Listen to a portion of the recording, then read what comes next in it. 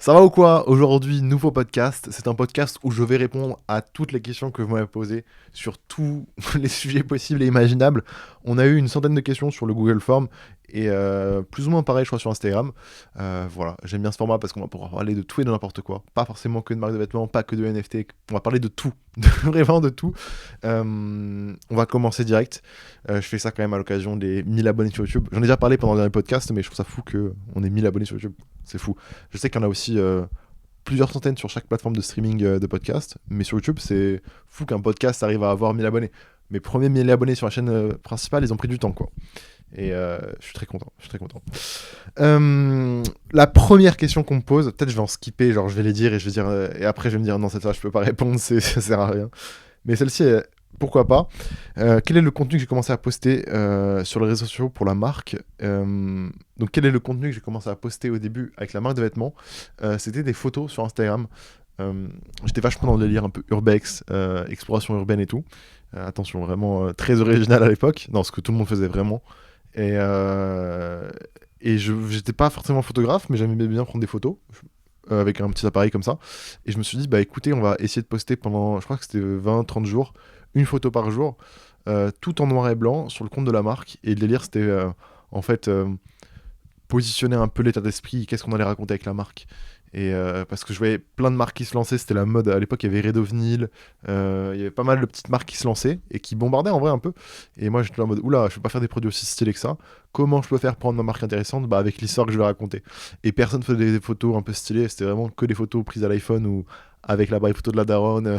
Vraiment, il n'y avait pas de recherche d'univers tant que ça. Et moi, je me suis dit, ok, bah, je vais raconter un peu ce que je kiffe tous les jours. Et en fait, avant de lancer la marque, l'histoire, c'est que voilà, j'étais pas bien dans ma vie. Je pense que je déprimais un peu. Enfin, je pense même que j'étais en dépression. Peu importe, ça va très bien aujourd'hui. Mais il y a un moment où j'ai eu un déclic pendant la période où ça allait pas. Et je me suis dit, mais en fait, faut que tu sortes, faut que tu crées des trucs, sinon ça va jamais avancer dans ma vie. Et donc j'ai commencé à créer. Et la première chose que j'ai créée, c'est sur mon compte Instagram. J'ai supprimé toutes les photos, mais en gros, je postais des photos tous les jours, tous les jours. Donc ça me forçait à bouger, rencontrer du monde. Et ce qui était génial. Et cette rencontre, et du coup, dans les gens que j'ai rencontré un mec avec qui j'ai lancé la marque au début, qui a vite quitté le projet. Mais voilà, il y avait vraiment ce truc-là de créer. Et au début, c'était des photos. Et la marque de vêtements est sortie comme ça. D'où t'es venue l'idée de créer une marque de vêtements? Quels sont les premiers produits que tu as créés toi-même? On a vu le t-shirt qu'on t'a rendu, mais il y a autre chose. C'est vrai qu'avant la marque de vêtements, j'avais déjà fait un t-shirt au collège que j'ai montré sur Instagram il y a pas longtemps. Un t-shirt, c'est honteux parce que littéralement, c'est une photo que j'ai volée et j'ai mis un texte dessus. J'en ai vendu aucun, mais j'avais aucune idée de comment faire ça de manière éthique et tout au collège. Mais les premiers produits que j'ai créés moi-même, bah, en vrai, c'est quand j'ai commencé à sérigraphier, sinon tout était toujours imprimé par quelqu'un d'autre. Et c'était jamais vraiment des vrais visuels cool. Je crois le premier produit que j'ai créé moi et qui a été imprimé par moi, c'est le Flowers. Et jusque-là, c'était pas une erreur. C'était plutôt un bon produit. Je crois qu'on l'a sorti en 2019 et il se vend toujours autant aujourd'hui. C'est un truc de malade. C'est un truc de malade. Salut mec, j'espère que tu vas bien. J'aimerais savoir comment tu te vois fonctionner à long terme, notamment du point de vue créatif et de la sortie des vêtements. Je m'explique. Tu es en train de passer en société, tu te professionnalises de plus en plus, mais est-ce que le fait de faire des drops. Non, est-ce que tu fais des drops assez spontanés? Oula, oula. En gros, on me demande est-ce que je bosse au feeling? Euh, Et du coup, comment je vois pour bosser à l'avenir? Est-ce que je vais essayer d'anticiper un peu plus les drops, etc. Du coup, la question est assez intéressante. De toute façon, toutes les questions sont intéressantes, je trouve quand même. C'est ça que je kiffe avec les FAQ en podcast. C'est qu'on ne demande pas des trucs débiles. Et c'est vrai qu'on fonctionne beaucoup là. On a une idée, on la produit. Genre littéralement, là, on a sorti le drop avec RoboKO qui était incroyable, multidimension. Et j'ai quelques idées pour la suite, mais on les a eues après avoir eu le drop de RoboKO. Genre, je sais pas ce que je vais faire dans 1 an, 2 ans, 3 ans en termes de vêtements. Là, j'ai trouvé il y a quelques semaines, quelques mois, enfin en vrai, ça fait quand même plusieurs mois, que j'ai le thème de la collection du Q4, mais on a toujours pas les vêtements, on a toujours pas les artistes, on sait pas encore comment on va faire ça. On bosse vraiment au feeling, et en fait, c'est ce que j'aime bien quand même avec Fabrication, ce côté un peu flexible. On veut sortir une connerie, on sort la connerie, et je pense que c'est ça que les gens apprécient, le côté très simple, très spontané, très nous-mêmes en fait. Je pense pas que c'est le fonctionnement qu'il faut avoir pour toutes les marques. Je pense même que ça va commencer à nous porter préjudice quand on va vouloir s'organiser. Et plus on va être rabossé, plus faudra qu'on puisse voir loin dans le temps. Quand t'es tout seul, c'est facile de faire des trucs un peu à l'arrache. Mais quand tu commences à avoir plusieurs personnes, à terme, j'aimerais bien avoir des salariés, des gens qui bossent avec moi. Tu peux pas leur dire, bon, les gars, je sais pas ce qu'on fait dans 2 mois, tu vois. Du coup, forcément, il va falloir qu'on structure un peu plus, qu'on planifie un peu les vêtements qu'on voit et tout. Ce qui est marrant, c'est que plus on bosse dans le textile, plus j'arrive à sentir un peu les tendances qui vont arriver et tout. Genre, là, ça va être les Vase Racing, là, tout le monde en fait, euh, parce que c'est tendance, ça plaît et tout. Et ce qui est marrant, c'est que ce truc-là, les Vase Racing, moi, je l'avais senti il y a facile 1 an et demi, peut-être même 2 ans, en vrai de vrai, sans mentir. Avant le Covid, mes potes devaient faire un rallye en voiture, et j'étais en mode, on va faire une collection avec des vestes workwear. J'aime bien les coat jackets, pas en nylon, mais en coton, qui font un peu veste de travail. Et j'étais en mode, on fait ça en mode racing, et en fait, ce qui est tendance aujourd'hui. Et en fait, plus tu fais des vêtements, sans même avoir à être fort, parce que franchement, je suis naze là-dedans, mais tu sens les tendances qui vont arriver et tout. Et donc, faut que je mette ça à plat pour réussir à sentir quelles sont être les prochaines tendances et essayer de voir un an, 2 ans, 3 ans. 3 ans, c'est chaud. 2 ans, c'est chaud. Mais voir un an avant sur ce qui plaît et tout, ça se fait, tu vois. Et c'est quelque chose qu'il va falloir qu'on développe pour pouvoir s'organiser. Et ce que je vous conseille, c'est de voir le plus possible à l'avenir. Même s'il faut quand même créer, je pense, de manière spontanée. Enfin bref, il faut savoir comment tu travailles, comment t'aimes interagir avec ton temps et ton environnement. J'espère avoir répondu. Ça se trouve, j'ai absolument pas répondu à la question, mais c'est pas grave. Est-ce que tu penses qu'une marque doit impérativement passer pour Internet pour vendre et se faire connaître? Non, je pense pas, je pense pas. Je pense que ça dépend vraiment de l'histoire que tu racontes et de quel type de vêtements et tout tu fais. Mais je pense qu'il y a plein de petites marques locales de skate un peu partout en France qui bombardent, mais à l'échelle locale, juste parce qu'elles font vivre leur marque dans la vraie vie. Dans leur skate shop, dans leur skate park, peut-être qu'elles créent des événements, qu'elles collent des stickers, je sais pas. Mais il y a beaucoup de marques qui fonctionnent beaucoup avec la vraie vie, hein. Benny Bla, Tiller au début. Tiller était quand même pas mal basé, j'ai l'impression, avec Facebook et tout. Mais Benny Bla, de ce que j'ai l'impression, à l'époque, c'était quand même vachement du bouche à oreille, etc. Je pense que ça peut être un positionnement intéressant de pas calculer Internet, ou alors de calculer Internet de manière très spéciale, genre de rien vendre sur Internet, mais de communiquer comme quoi tu vends dans la vraie vie. Je pense qu'il y a un truc à faire. Moi, je kiffe le côté physique, et si un jour je devais relancer un projet, j'essaierais d'avoir un peu l'expérience de frustrer les gens sur Internet et de faire que des trucs en physique, parce que je trouve ça cool. Pas de frustrer les gens, mais de créer en physique. Donc je pense pas que tu dois impérativement passer pour Internet pour vendre et se faire connaître. Je pense par contre que c'est le plus facile. Genre je pense qu'avec tous les réseaux sociaux, c'est le moyen le plus facile de vendre des t-shirts en volume, sans avoir à payer de loyer, etc. C'est-à-dire qu'aujourd'hui, vendre sur Internet, si t'as la chance de vivre dans une maison avec tes parents, et que t'as une chambre, bah tu peux stocker des centaines de t-shirts et les expédier depuis chez toi, tu vois, sans pour autant qu'on t'ait jamais vu en vrai. Et c'est plutôt pratique quand même. Je pense, c'est pour ça que tout le monde commence par Internet en général. Mais il y a un truc à faire dans le physique, je pense, c'est moi j'y réfléchis tout le temps parce que faut pas oublier le physique, quoi. Le physique c'est super intéressant pour l'expérience client, ça va lui rappeler un souvenir et tout. Enfin bref, on prépare des trucs cette année, de toute façon je pense qu'on va en parler un peu plus dans la FAQ. Est-ce qu'avec Tom et Why Not le Lab, vous avez toujours pour projet de faire quelques villes en France, genre Sud, Cannes? Est-ce que vous êtes chaud pour venir? J'ai une petite marque indé et je peux vous aider. Non, je peux vous faire visiter et pourquoi pas un petit podcast sur Cannes. Oui, oui, oui, bah de toute façon, je pense qu'on attend qu'une chose, c'est bouger, hein. Ce que j'ai le plus kiffé, ce qu'on a le plus kiffé l'année dernière, c'était bouger. Amiens, on a fait quoi d'autre? Rouen? Non, c'était quoi? Rouen, je suis allé à Nantes, Strasbourg, j'aimerais bien aller à Lyon, retourner à Strasbourg avec la routine, c'était vraiment très cool. Paris, on y va régulièrement. Enfin, en vrai, j'ai envie de découvrir un peu toutes les villes de France que j'ai jamais pu vraiment faire avant. Et vu que là, on peut le faire, pourquoi pas. Le seul frein que j'avais, c'est que bah, je suis pas vacciné, du coup, je peux pas prendre le train, ce qui est un peu relou. Mais bah, du coup, à l'heure à laquelle je parle, à l'heure à laquelle je tourne le podcast, là, il y a quelques heures, ils ont enlevé le pass vaccinal et le pass sanitaire. Du coup, on devrait pouvoir voyager en train, ce qui va faciliter quand même pas mal le trajet, vu que l'essence a explosé. Mais ouais, ouais, bien sûr, on va bouger. Dans le sud, je sais, on n'a pas vraiment beaucoup parlé du sud, mais oui, forcément, je pense qu'on sera amené à faire des trucs. On avait eu une idée de concept, peut-être qu'on le fera cet été, euh, où on bouge partout en France. Mais je vais pas en dire plus, sinon ça spoil le concept. Mais ouais, voilà, j'ai vraiment envie de faire des trucs dans le physique. Et en fait, je sais qu'il y a tellement de villes cool que j'ai envie de découvrir aussi. Et de gens et tout. Enfin bref, moi je suis vraiment introverti de base. Mais ce truc-là de découvrir des villes et tout, je kiffe. Parce qu'en vrai, en France, on a plein de paysages différents. Et bref, voilà, j'aimerais bien le faire. J'aimerais bien. Est-ce que tu penses que s'installer à Paname aide au niveau créatif, inspiration, rencontre, réseau, matériel? Alors, matériel, je sais pas, dans le sens où c'est compliqué d'avoir un local comme on l'a à Paris. Je pense même que c'est impossible. On n'aurait jamais eu de local comme on a aujourd'hui à Paris. Euh, Par contre, je pense que vraiment niveau rencontre, inspiration, c'est un lieu où t'as toujours quelque chose à faire à Paris.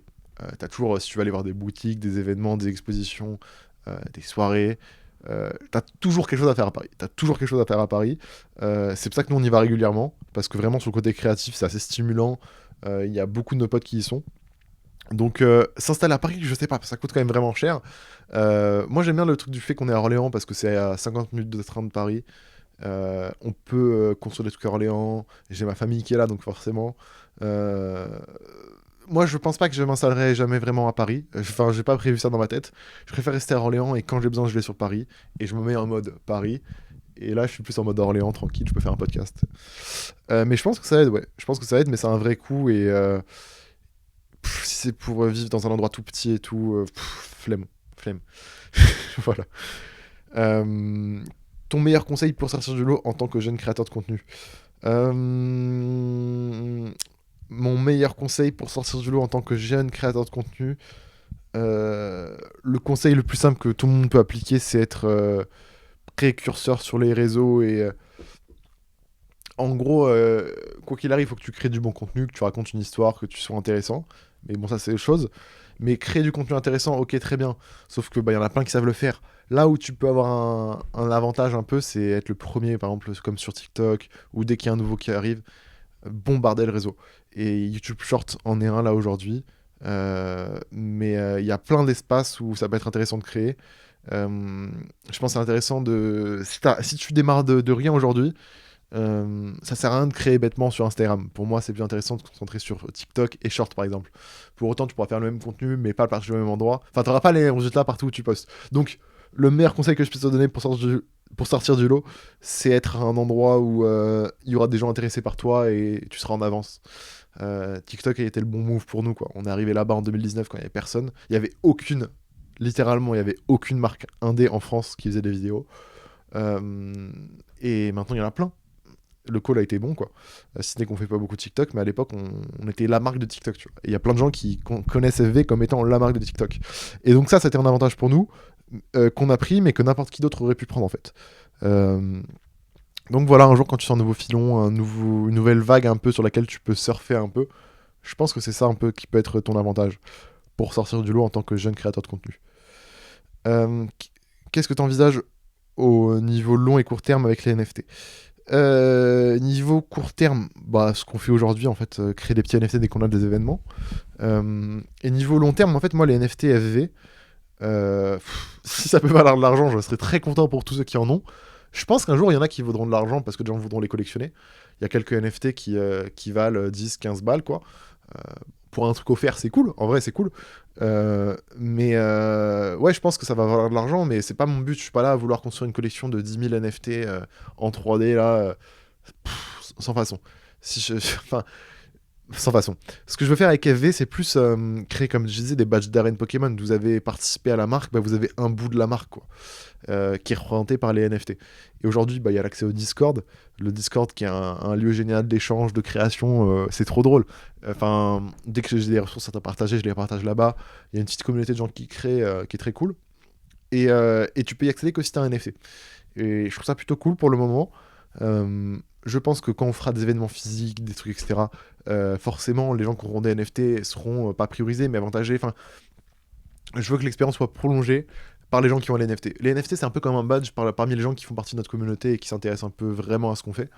Euh, voilà, je ne vois pas ça en mode on va révolutionner l'industrie textile, on va révolutionner la blockchain. Parce que pour moi, tout ça, c'est quand même beaucoup de la branlette pour vendre des photos de profil.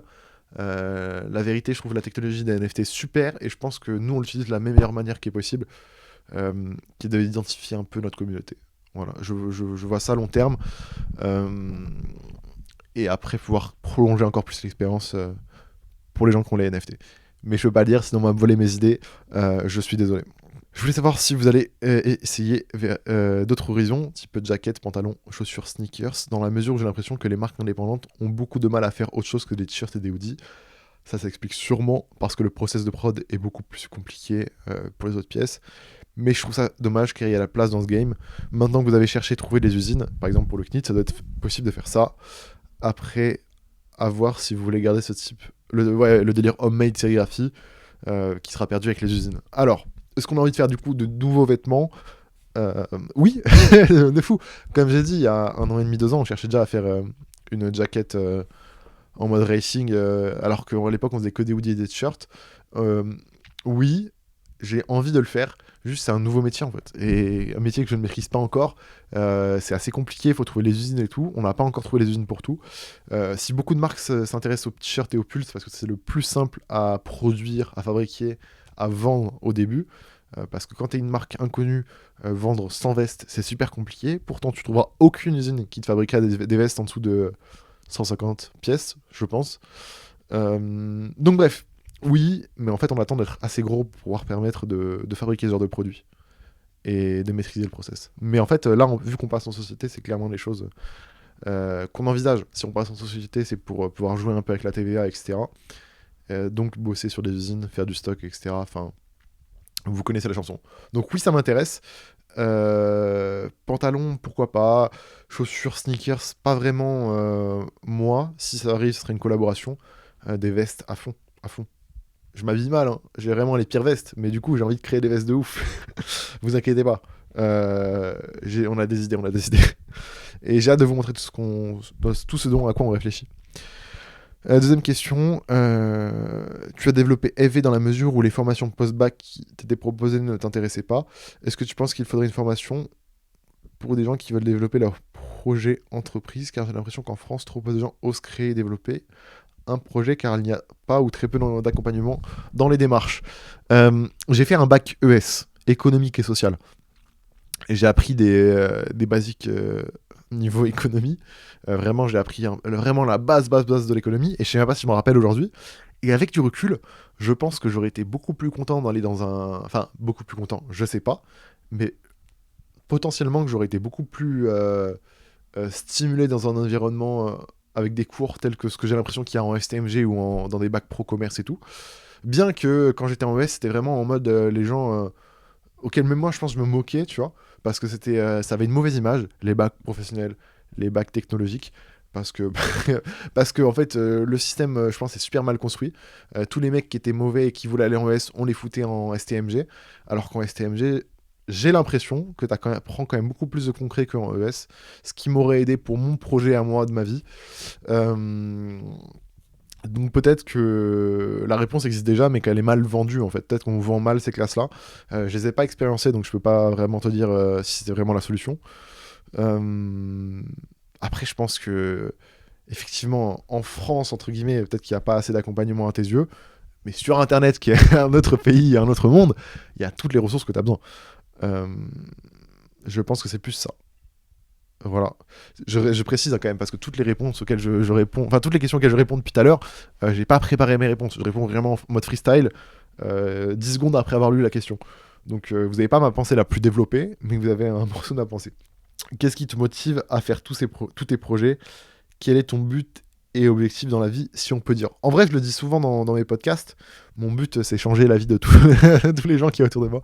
Pas la faire changer, mais aider tous les gens autour de moi de faire des trucs qu'ils considèrent, qu'ils trouvent cool, qu'ils ont envie de faire dans leur vie. J'ai envie de faire avancer les gens autour de moi. De les aider, etc. Et de partager mon message qui est Forever Vacation. Donc mon but à moi, c'est de partager ce message-là. Aujourd'hui, je le partage avec les vêtements, je l'ai partagé des fois avec des vidéos YouTube. J'ai plein de manières différentes de partager ma vision du monde et d'aborder les choses. Là, pour rien au monde, je retournerai dans un travail classique. Vraiment, ça me ferait plus peur qu'autre chose. Et tout ce qu'on partage comme vision dans les podcasts, dans les vêtements et tout, c'est ça que j'ai envie de partager un maximum de gens, parce que déjà j'ai l'impression que ça aide les gens. Mais ouais, j'ai envie d'aider, voilà, impacter le monde positivement. J'ai envie que le jour où je crève là, et les gens sur Instagram, ils me calculent, ils sont en mode ah merde, fais chier. C'est terrible, mais j'ai envie qu'on se rappelle de mon passage sur Terre. J'ai pas envie d'être là juste à avoir été dans la machine et avoir contribué à quelque chose qui n'est pas quelque chose auquel je crois vraiment. Moi, je suis peut-être encore un gamin qui a une vision très utopique de la vie, mais je crois vraiment à ma vision où c'est possible aujourd'hui d'avoir un taf qui te plaît en grande partie, où tu es content de te lever tous les jours, où tu crées un truc qui a du sens à tes yeux, où tu arrives à faire vivre des expériences à des gens, où tu es stimulé par la vie, quoi. Genre, où t'es maître de ce que tu fais tous les jours. Ou que si j'ai envie de bouger à Lyon demain, bah en vrai, je peux le faire. Il n'y a rien qui m'en empêche. Ça va même avec mon travail et tout. Et du coup, j'essaye de construire un peu mon environnement comme ça. Mon objectif de vie, c'est gagner ma vie suffisamment pour être bien et pouvoir potentiellement aider mes parents s'ils ont besoin, et ma famille et mon entourage. Et c'est juste ça. Et après, il y a l'idée d'avoir ce confort financier avec le confort de mon travail qui me permet de, si j'ai envie de bouger un peu, je peux bouger. Si j'ai envie de parler de tel sujet avec la marque de vêtements, je peux le faire, etc. J'ai envie d'être libre dans ce que je crée et dans mon expérience du monde. Genre, aujourd'hui, je fais des vêtements. Peut-être que dans 5 ans, je ferai pas des vêtements. Peut-être que dans 5 ans, j'organiserai des soirées, je sais pas, tu vois. Peut-être que dans 5 ans, je sais pas, vendre un objet que je connais pas encore. Les vêtements, pour moi, c'est un moyen de partager mon message, mais ça se trouve, ce sera des vidéos YouTube. Il y a plein de moyens différents de faire ce que de vivre la vie que j'ai envie de rêver, de vivre. Euh, voilà, c'était, je pense, la pire réponse, mais ça répond un peu à ce truc-là de mon objectif dans la vie. Et du coup, c'est ça qui me motive à faire tous ces projets-là, c'est que ces projets-là me permettent de vivre littéralement For Vacation. For Vacation, c'est ma vision du monde, ce que j'ai envie de faire dans ma vie, et ces projets me permettent de vivre dans ma bêtise. Un thème pour la future collection de For Vacation, peut-être que je l'ai déjà dit, mais j'ai pas envie de le redire. Faudra peut-être diguer dans mes anciens podcasts et autres, mais pour l'instant, je reste à secret. J'ai pas envie qu'on vole le thème. Collab avec Supram, on devait faire un t-shirt, mais je sais pas si Supram est chaud pour le faire à fond. Ça avance pas forcément, donc peut-être qu'on le fera avec quelqu'un d'autre. Mais avec Supram, ouais, on a tout souvent des délires avec lesquels on est à fond ensemble tous les deux, enfin, sur lesquels on connecte. Du coup, c'est les délires où on est en mode des fois, ah, peut-être faudrait faire une collab et bosser ensemble et raconter cette histoire-là. Du coup, peut-être qu'il y a des collabs qui arrivent. Si tu pouvais avoir un nouveau vocal, qu'est-ce que tu aimerais avoir de plus dedans? De la lumière. Là, je fais le podcast depuis chez moi parce que regardez comment c'est lumineux. J'ai mon visage qui est éclairé, j'ai mes dents jaunes qui brillent. Non, en vrai, la lumière, c'est trop.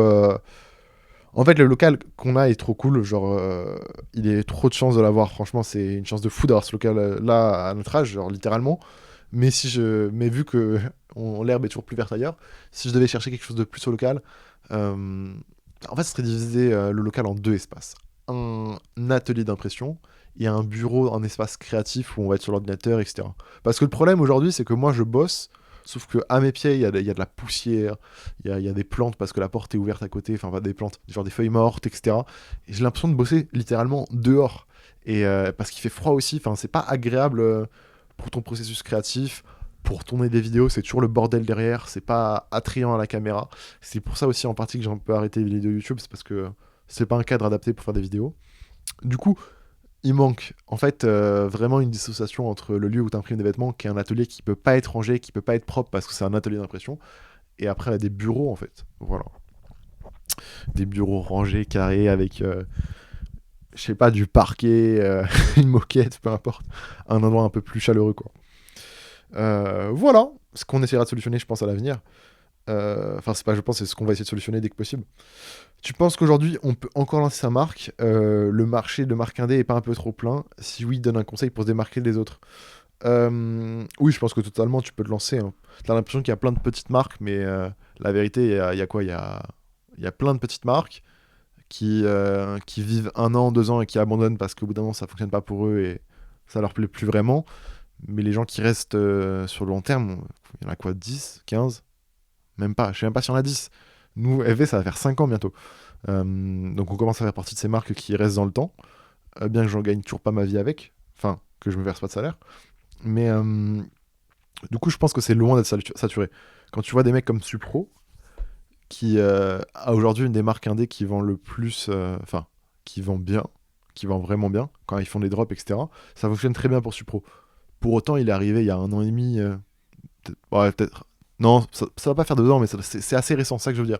C'est que il y a carrément de la place. Il y a carrément de la place. Juste, faut pas arriver en pensant que tu vas percer en faisant des t-shirts en sérigraphie, quoi. Parce que ça suffira pas pour être assez différent et pour intéresser les gens. Il faut avoir un. C'est comme Cortez. Ils sont arrivés il y a un an, tu vois. C'est pas en France, mais c'est une marque indé qui vend beaucoup et qui est sortie un peu de nulle part, quoi. Euh, donc je pense qu'il y a carrément de la place. Faut juste trouver qu'est-ce qui va faire en sorte que les gens s'intéressent à tes produits et à toi. Euh, c'est pas juste son t-shirt imprimé en sérigraphie qui va les intéresser, c'est l'histoire qu'il y a derrière, peut-être les connexions que tu. Enfin, l'histoire que tu vas raconter avec ta marque, quoi. Par exemple, nous, ce qui fait fonctionner FV, c'est le côté un peu storytelling. Les gens suivent mes podcasts, les vidéos YouTube. Il y a vraiment ce truc-là de proximité. Euh, Chacun va avoir un peu dans les différentes marques autour de nous sa spécialité. Supro, il arrive avec des produits très colorés, qui étaient du coup un peu risqués, que les autres marques n'osaient pas faire avant. Ce qui a plu parce que c'était très pop, très tendance sneakers. Il a réussi à le faire correspondre parfaitement à la communauté sneakers qui cherchait des vêtements de marque indé. Je pense que voilà, chacun faut que tu trouves ton truc, mais je sais pas si ça sert à quelque chose de le trouver dès le début. Je pense que c'est quelque chose qui va venir sur le temps quand tu vas essayer de construire ton projet. Quand tu vas commencer à faire tes premiers t-shirts, c'est là où tu vas te poser des questions sur comment tu vas essayer de les vendre. Et c'est peut-être au bout d'un an et demi où tu vas trouver un peu ton chemin. Supro, il avait déjà eu une marque avant qui était Archive, je sais pas quoi. Il y avait des chiffres et tout. Et je pense pas que ce projet-là était une réussite, par exemple, tu vois. Enfin, d'un point de vue financier. Peut-être que lui s'est éclaté à faire des t-shirts, mais en fait, ça lui a peut-être permis aussi de comprendre comment fonctionnait l'environnement. Et quand il s'est relancé avec Triple Sphère, c'est là où ça a fonctionné. Euh, donc voilà, faut pas le voir en mode dès le début, tu veux tout casser. Ça vient progressivement. Tu vas comprendre que l'environnement, comment construire, etc. Je pense, je suppose. J'ai envie d'avoir ta vision à propos de FV et de son évolution dans les années à venir. Alors, question qui est toute bête, mais comment tu vois évoluer la marque dans les années à venir, que ce soit graphiquement grâce aux collaborations avec des artistes, comme le CNIT, qui est sorti il n'y a pas très longtemps, effectivement, ou sur des événements IRL qui permettraient d'interagir avec la communauté. Alors, For Vacation, voilà, c'est la marque, c'est le message. Ce qui est assez marrant, c'est que moi j'avais pris ce nom-là à l'époque, parce que je trouvais que ça sonnait bien, c'est une phrase qui revenait pas mal dans l'univers du graffiti et tout, moi j'aimais bien, et bah, du coup je me la suis appropriée. Donc j'ai pris For Vacation. Parce que voilà, il y avait ce truc-là de vacances éternelles, toujours en vacances, que j'étais un gamin, ça me plaisait, tu vois. Et, euh, et plus le projet a évolué, plus j'ai commencé à trouver du sens à For Vacation. Aujourd'hui, For Vacation, pour moi, c'est le local, c'est ma vie, c'est mes potes, c'est moi, en fait. J'incarne For Vacation de la manière à laquelle je le vois le plus. C'est ce truc-là d'être libre, faire un peu ce que tu veux, gagner un petit peu d'argent, kiffer ta vie, et pas avoir l'impression de travailler. Et ça, c'est ça pour moi, For Vacation. Et aujourd'hui, du coup, ce truc-là, il se traduit par les vêtements, par le textile. Parce que quand j'ai commencé par une marque de vêtements, parce que c'est le business que tout le monde a envie de lancer, qui est pas forcément d'ailleurs le plus simple et le plus rentable, hein. Vraiment, si vous cherchez à lancer un business, il y a plein de gens qui vont vous dire que la marque de vêtements, c'est vraiment le pire business à lancer. Ce qui est pas faux. Ce qui est pas faux. C'est-à-dire que niveau, je pense, temps, rentabilité, c'est pas le meilleur business, clairement. Parce que là où tu pourrais vendre un produit, je sais pas, tu crées un produit, un agenda, un livre, t'as une référence par exemple. Alors que quand tu vends un t-shirt, un modèle, t'as 5 références si tu veux faire juste une couleur avec toutes les tailles différentes. Enfin bref, il y a plein de problèmes avec les marques de vêtements, mais on en reviendra plus tard. Et du coup, pour moi, aujourd'hui, je partage cette vision avec les vêtements, parce que c'est ça que tout le monde voit, mais je partage aussi For Vacation avec le podcast, avec mes vidéos YouTube quand j'en faisais à l'époque, avec TikTok. Moi, j'ai envie de partager ma vision du monde à travers différents médiums. Et aujourd'hui, c'est les vêtements qui me parlent, mais s'il faut dans 3, 4, 5, 6 ans, euh, ça sera plus les vêtements. Ou les vêtements seront peut-être que 20% de notre business. Peut-être que dans 5 ans, en fait, on va lancer une école, une formation for Action, et que ce sera notre vision du monde, ça fait très secte. Et que ce sera comme ça que je gagnerai mon argent et qu'on partagera le message. Peut-être qu'on va faire des événements, je sais pas.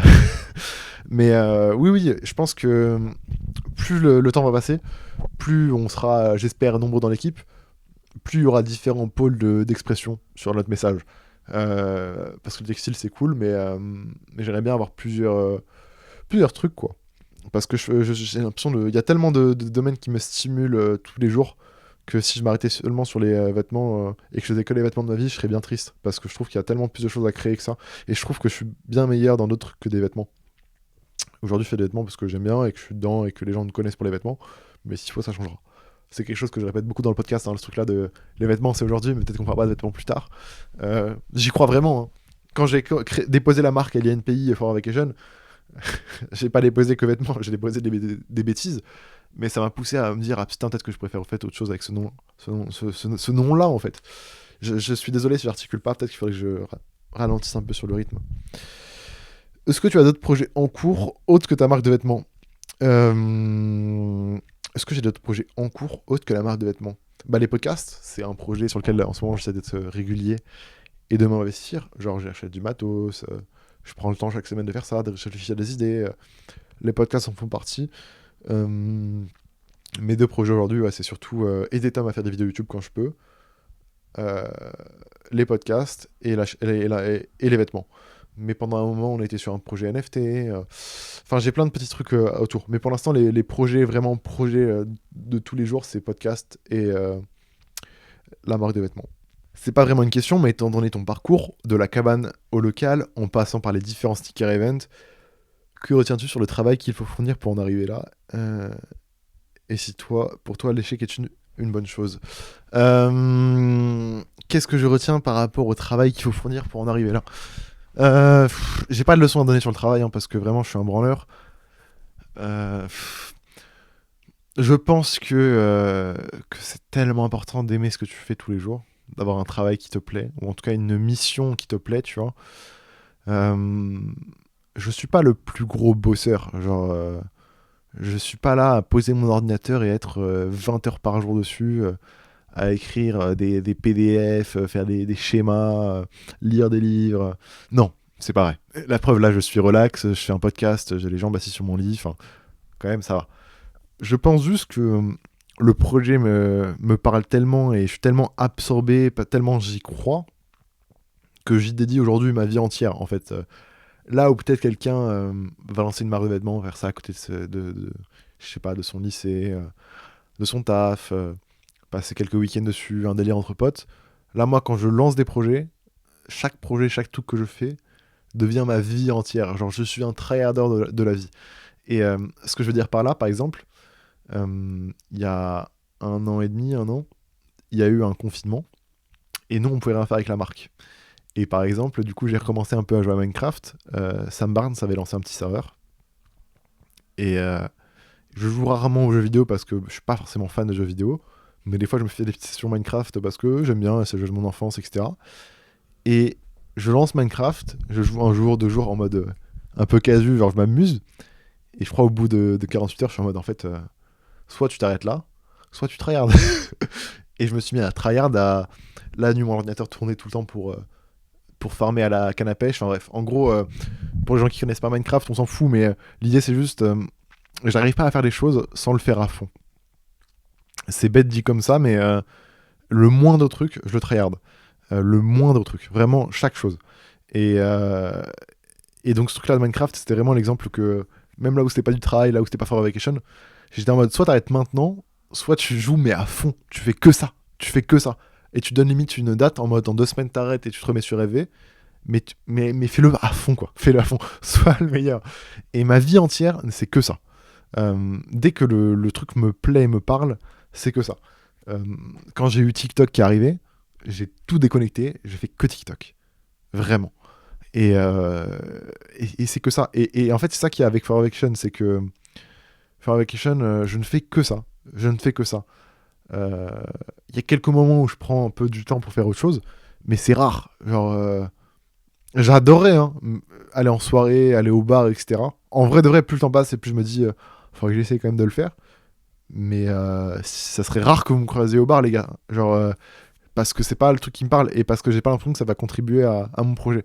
Pour vous dire, c'est arrivé à un point, et c'est toujours le cas, j'arrive pas à regarder de films, j'arrive pas à regarder de séries, j'arrive pas à aller au cinéma. Parce que quand je suis posé au cinéma, j'arrive pas à rentrer dans le film. Parce que les quelques fois où j'ai essayé de le faire il y a 3-4 ans, je rentre dans le film et en fait je suis en mode mais putain là je pourrais être en train de bosser, je pourrais être en train de faire autre chose pour mon arc, pour mon projet. Et c'est là en fait où vous voyez que je suis un malade mental et que mon rythme de vie n'a rien de sain et de et de normal.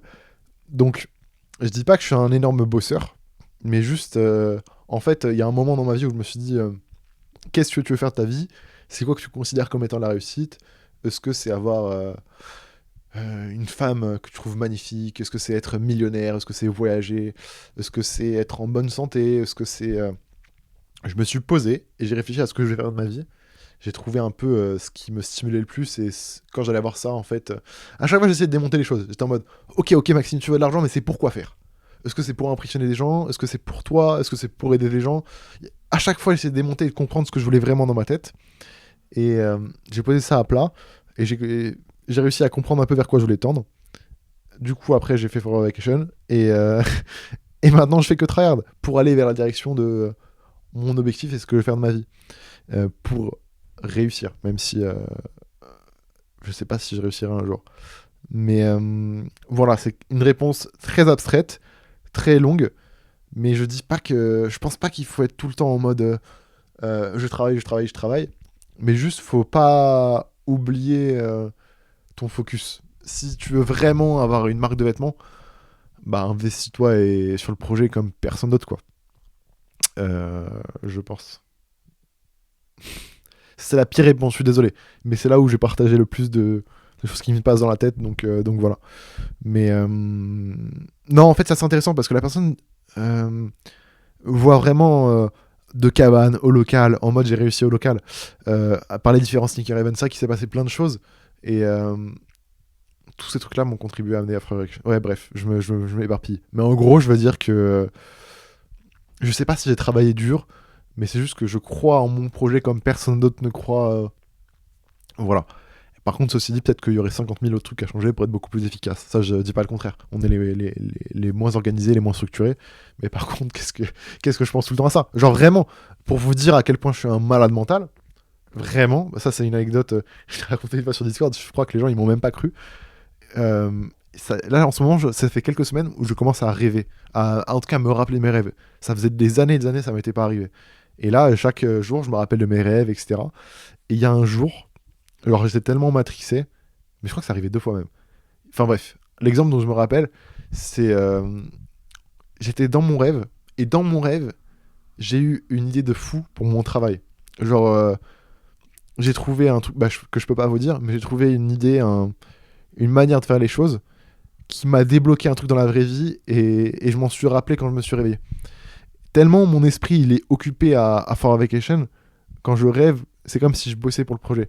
Ça peut paraître très débile et très phrase à la con, motivation millionnaire, je sais pas quoi, mais, mais je vous assure que c'est vrai, genre, ma vie est dédiée à ce projet-là, quoi. Genre, s'il faut que je crée aujourd'hui, je serais très content de ce que j'ai fait.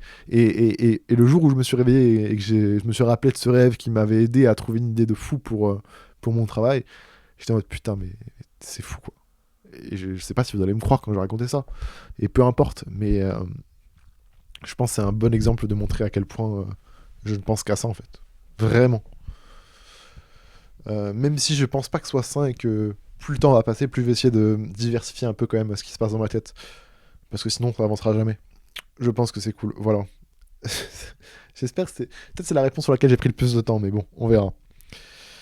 Qu'est-ce que tu penses des agences de marketing digital? Est-ce que tu penses que ça vaut le coup de se lancer là-dedans en solo, en micro-entreprise, etc. Ouais, je pense que les agences de marketing digital. Qu'est-ce que tu veux dire par là? Est-ce que tu veux dire par là les mecs qui sont là à m'appeler moi tous les jours en mode pour me vendre des formations ou de l'accompagnement pour des Facebook ads? Moi, par exemple, je pense tous les mecs qui ont des marques indé avec un peu d'abonnés sur Instagram, on doit se faire solliciter toutes les semaines par des agences en mode ouais, fais de la pub Facebook avec nous, on va t'accompagner, etc.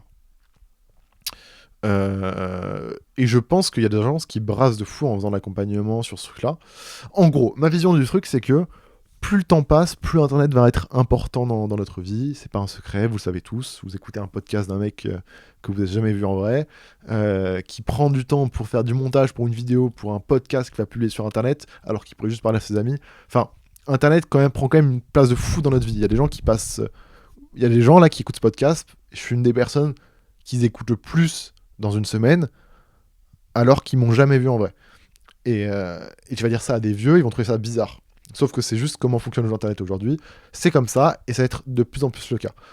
Et donc, que ça soit d'un point de vue perso ou pro, notre identité sur Internet va être de plus en plus importante.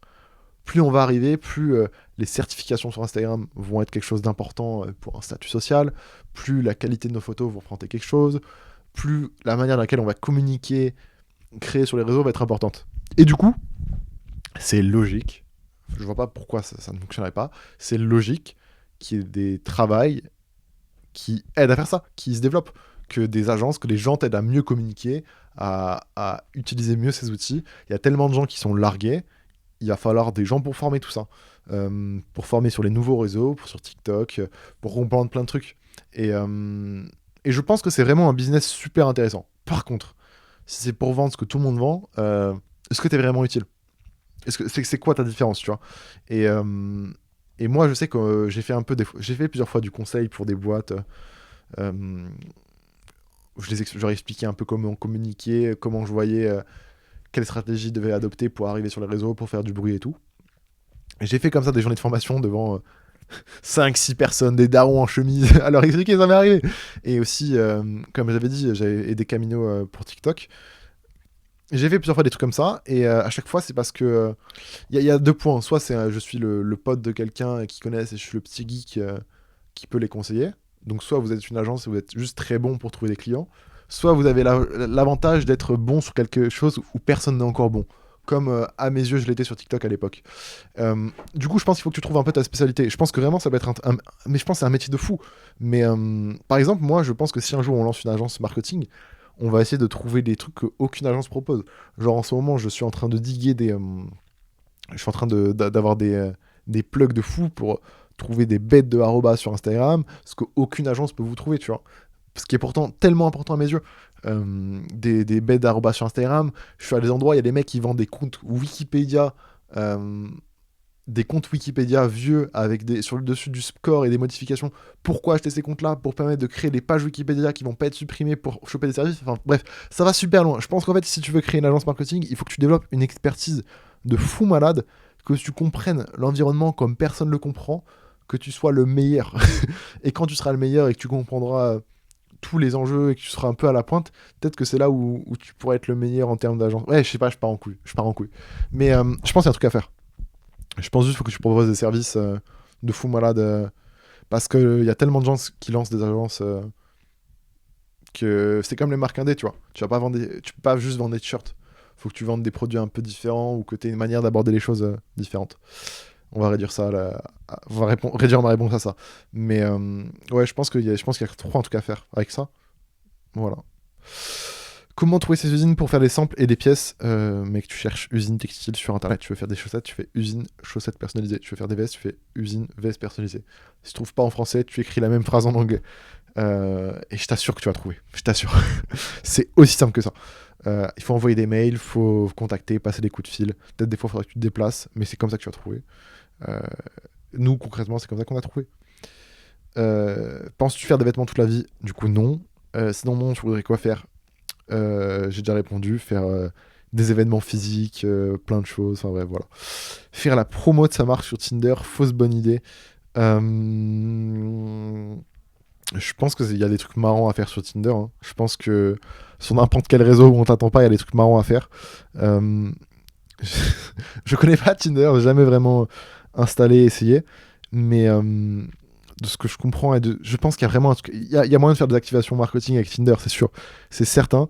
Mais comme il y en a à faire sur tout et n'importe quoi. Comme il y en a à faire sur Google Maps, certainement, tu vois. Mais oui, je pense qu'il y a des trucs à faire marrants. Il y a des trucs à faire marrants. J'avais entendu un truc assez marrant. Non, j'arriverai pas à raconter l'anecdote, tant pis. Mais ouais, je pense que justement, c'est en trouvant des idées un peu débiles comme ça que tu vas réussir à faire des trucs marrants avec ta marque. Moi, c'est carrément un truc qu'on aurait pu avec AV. Comment t'arrives à te discipliner dans ton taf? Bah en fait, c'est que je crois en mon taf, je crois en ma vision. Donc, je suis pas discipliné, je suis pas organisé. Mais par contre, il y a que ça dans ma vie. Hein. Vraiment, je suis un tryharder. Et peut-être pas que c'est ce que vous devriez faire. Hein, parce que franchement, je pense que c'est pas la meilleure solution si vous voulez avoir des potes. Hein. Être comme je suis, je pense que ça va vous enlever 2-3 potes quand même. Faites gaffe. Voilà, voilà. Que penses-tu de la niche sneaker streetwear sur YouTube en ce moment? Moi, je suis plus intéressé par le streetwear ou les sneakers en fait. Je pense que Ça m'intéresse plus. Je regarde vite fait ce qui se passe. Je kiffe regarder un peu les vidéos de la routine, le routin, Vince. Euh... Greska aussi, c'est cool ce qu'il fait. Je kiffe ses vidéos, surtout quand il va dehors en physique. Je regarde forcément tout ce que fait Tom. Mais Camino aussi. Camino, j'aime bien. Parce que c'est pas forcément axé sur le streetwear, c'est plus axé sur les histoires que les gens ont racontées par rapport au streetwear, et c'est ça qui m'intéresse plus.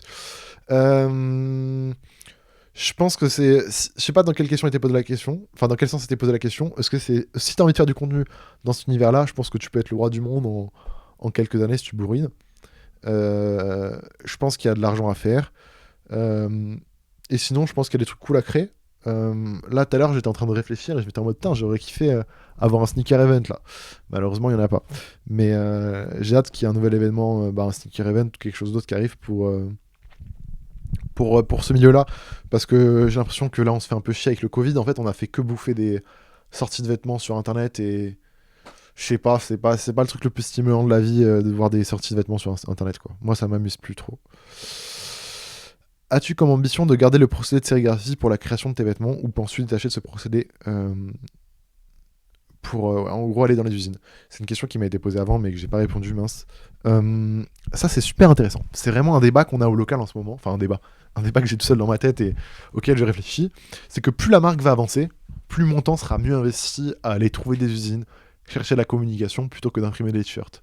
Et en fait, j'avais deux visions. En fait, la vision de moi qui est en mode putain, c'est dommage si on abandonne la sérigraphie, ça fait partie de notre identité. Et l'autre vision de moi qui était en mode en fait, c'est pas grave parce que si on abandonne la sérigraphie, euh, je le vois juste comme une évolution. Genre en mode au début, vous m'avez connu comme étant le flub qui imprimait lui-même, du coup, en sérigraphie dans sa cabane de jardin. Et peut-être que dans 5 ans, vous allez dire oh putain, flub. Trop fort, il a percé, il a une usine qui bosse pour lui. En gros, je pense qu'on peut le voir en mode évolution du mec qui a commencé dans son jardin jusqu'au mec qui bosse avec des usines, sans pour autant être en mode ah c'est dommage qu'il arrête la sérigraphie. Juste en mode c'est l'évolution, c'est le chemin. Et l'autre vision de moi qui est en mode ah c'est dommage, ça fait quand même partie de l'identité de la marque, et je suis d'accord. Du coup, je pense qu'on va trouver un peu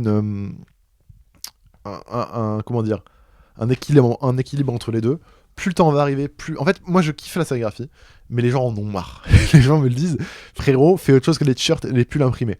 Ce qu'on fait, et ce qu'on va essayer de faire de plus en plus, les pulls en maille, des vestes, des pantalons s'il faut. Mais du coup, dans ces procédés-là, c'est un peu moins artisanal, c'est fait en usine, c'est beaucoup moins marrant, etc. Du coup, je pense qu'il y aura toujours un équilibre entre quelques t-shirts qu'on va imprimer à chaque saison nous-mêmes, ou sur des événements ou autres, pour regarder ce truc-là un peu fait par nous pour vous en sérigraphie. Et après, des produits un peu plus développés, un peu plus techniques, faits en usine, pour ouvrir un peu le champ des possibles. Voilà. Réponse très corporate. Limite, j'ai mis une cravate là pour répondre. Tellement. C'est marrant parce que là, c'est une des questions auxquelles. En fait, c'est la question qu'on se pose aussi de notre côté. Pourquoi ne fabrique pas toutes tes cartes de sérigraphie Parce que j'ai la flemme de maîtriser ce process. J'ai la flemme de fou. Faire des cadres qui fonctionnent vite fait, c'est super facile. Faire des cadres qui fonctionnent super bien et qui peuvent imprimer des centaines de t-shirts sans avoir de problème, un peu plus relou. Bientôt un événement à Bordeaux, peut-être, si on a notre projet de Tour de France là qui arrive. Pourquoi pas. Pourquoi pas. J'aimerais bien avoir ta vision sur la différence entre les générations en termes de consommation entre la X, Y et la Z. Alors, sans vanner cette personne, j'ai vraiment l'impression que c'est une question LinkedIn, ça. Euh, Génération X, Y, Z. Z, c'est pour. Non. Et comment vois-tu la consommation de la génération Alpha, celle qui aura du pouvoir d'achat dans 10 ans? Je sais absolument pas à quoi correspondent X, Y et Z. Je pense que Z, c'est nous. Y, c'est. Ouais, je sais pas. Je pense juste que la consommation de vêtements a explosé. Moi, je me rappelle quand j'étais au collège, peut-être juste j'étais un mec bizarre, mais quand j'étais au collège, moi et mes potes, on demandait pas des vêtements à Noël et à notre anniversaire. Et j'ai quand même l'impression que c'est quelque chose qui est devenu vachement normal et classique aujourd'hui. C'est de demander des vêtements à Noël, à un anniversaire. En mode, je pense que notre apparence a pris beaucoup, beaucoup, beaucoup plus d'importance. Euh, Souvent, quand tu grandis, tu te dis, ouais, c'était mieux avant. Maintenant, les jeunes, ils partent en couille et tout. Je suis pas d'accord avec ça. Je pense juste c'est que tu te rends pas compte, tu vois, mais c'est toujours comme ça. Enfin, il n'y a pas d'évolution négative ou positive. Juste sur ce truc-là, j'ai l'impression quand même que on fait beaucoup plus attention à notre apparence. En fait, il y a qu'à le voir avec le nombre de petites marques indé qui se lancent. les statistiques des vidéos YouTube sneaker streetwear, c'est qu'il y a des gens qui sont intéressés par l'apparence. Et je peux vous dire que vraiment, moi j'étais un loser au collège. Enfin, je suis toujours un loser. Mais je m'habillais avec des vêtements que ma mère achetait sur vente privée, soldés, qui m'allaient pas du tout, je trouve, aujourd'hui. Enfin, j'étais vraiment mal sapé. Pour autant, aujourd'hui, j'ai une marque de vêtements, tu vois. Donc, je sais pas. Je pense que on consomme de plus en plus de vêtements. J'ai hâte que ce que tu appelles Génération Alpha ait le pouvoir dans 10 ans de consommation. Parce que quand ça va être les jeunes avec lesquels j'ai vécu, qui consomment et qui vivent, c'est là où on va s'amuser. Parce que je vais communiquer leur langage au moment où ils auront de l'argent à me donner, entre guillemets. Ou en fait, quand l'économie sera basée sur ma génération-là, ça sera incroyable. Tu pourrais prendre des alternants ou intégrer des nouvelles personnes locales. Oui, enfin en fait j'ai envie d'agrandir l'équipe dès qu'on aura les moyens. Oui, oui, à fond, à fond. Ouais, si ma vie elle sera incroyable le jour où je arriverai à payer les gens pour bosser avec moi, ce sera incroyable. Quel est le matos que tu utilises pour le podcast? La qualité est impressionnante. Alors j'utilise un Zoom H6 avec des SM58 et un câble XLR de merde. Amazon. Et du coup, la caméra, c'est Sony A6600 avec un 10-18 de chez Sony. Voilà. Ça a répondu à ta question. Je viens de rater mes examens en HEC et je vais me réorienter si possible dans une école de cinéma. Mon rêve, c'est de vivre mes passions, cinéma, vêtements, dessin, art en général, mais j'ai extrêmement peur de l'avenir et j'arrive pas à me lancer dans mes projets, même si c'est mon rêve absolu. De plus, dans ma prochaine formation, elle est très chère et je suis pas sûr d'être pris. Comment faire pour surmonter ma peur de l'avenir et enfin me lancer dans mes projets avec une famille qui te soutient mais qui te comprend pas? J'avais lu cette question avant le podcast. Je sais pas vraiment comment répondre. Je suis très mal à l'aise à l'idée quand même d'orienter les gens parce que tant que je considère pas avoir réussi, je pourrais pas dire aux gens de faire comme moi. Parce que pour moi, c'est plus un bourbier qu'autre chose. Ce qui est assez intéressant, c'est comment faire pour surmonter ma peur de l'avenir et enfin me lancer dans mes projets avec une famille qui te soutient mais qui te comprend pas. C'est très compliqué quand même d'avoir des gens qui te soutiennent s'ils comprennent pas ce que tu fais, tu vois. Et je pense que la première chose à faire, que tu as déjà dû essayer, c'est d'expliquer, de vulgariser l'environnement, de leur expliquer un peu ce que tu fais, pour qu'ils puissent potentiellement comprendre. Et du coup, s'ils comprennent, ce sera beaucoup plus facile pour eux de soutenir. Mais je pense pas qu'ils puissent te soutenir sans comprendre. Ou en tout cas, ils ne soutiendront pas vraiment. J'ai pas de hack à te donner. Chaque famille est différente, malheureusement. Après, ouais, j'arrive pas à me lancer dans mes projets, même si c'est mon rêve absolu. Moi, j'ai jamais vécu ça, donc j'arrive pas à donner des conseils, j'arrive pas à me projeter pour voir quel était mon problème, moi, si ça a été le cas. Je trouve ça assez compliqué à répondre parce que HEC, je pense, c'est Haute École de Commerce. Et j'ai arrêté au bac. École de cinéma, je peux pas te conseiller plus que ça. J'ai envie de te dire, moi, j'essaie de vivre ma vie le plus possible en tendant vers là où je vais être heureux. Donc, je vais pas plus t'aider que ça. Je pense qu'il faut. Enfin, je vais dire un truc banal et débile, mais fais ce dont qui va. Va vers ce qui te rendra le plus heureux. Et moi, il n'y a pas un jour, je me suis dit, je vais surmonter ma peur et je vais lancer ma marque de vêtements. Ça s'est pas passé comme ça. Parce que j'étais au point le plus bas de ma vie. J'étais triste, j'avais envie de mourir, mais littéralement. Il y a encore quelques années, j'avais envie de mourir toutes les semaines. Vraiment. Et un jour, je me suis dit, mais ça va pas aller mieux en ne faisant rien. Donc Maxime, il va falloir que tu te bouges, que tu crées des choses. Et je me suis débloqué comme ça. Mais je me suis pas dit, je vais surmonter ma peur. J'avais pas peur de lancer une marque, vu que j'avais peur de rien, vu que je voulais mourir. Bon, bref. Je t'avoue que c'est très compliqué comme réponse. Mais c'est une question que j'ai souvent, je suis perdu par rapport à mes études, comment faire pour lancer ma marque. Après, un truc débile, c'est que je sais pas quel âge t'as, mais je suppose que t'as moins de 25 ans, grand max 25 ans, ça va quoi. T'as du temps devant toi et même s'il faut que tu lances ta marque à 30 ans, 35 ans, t'as moyen d'être le meilleur, tu vois. Faut pas. Ton temps est limité quand même, tu vois. Mais t'es quand même assez jeune et t'as moyen de faire des trucs, tu vois. Surtout si t'as la chance d'être en bonne santé, de vivre en France où t'es quand même plutôt, je mets entre guillemets, safe par rapport à la santé, etc. Tu peux te péter la gueule. Tu peux te péter la gueule.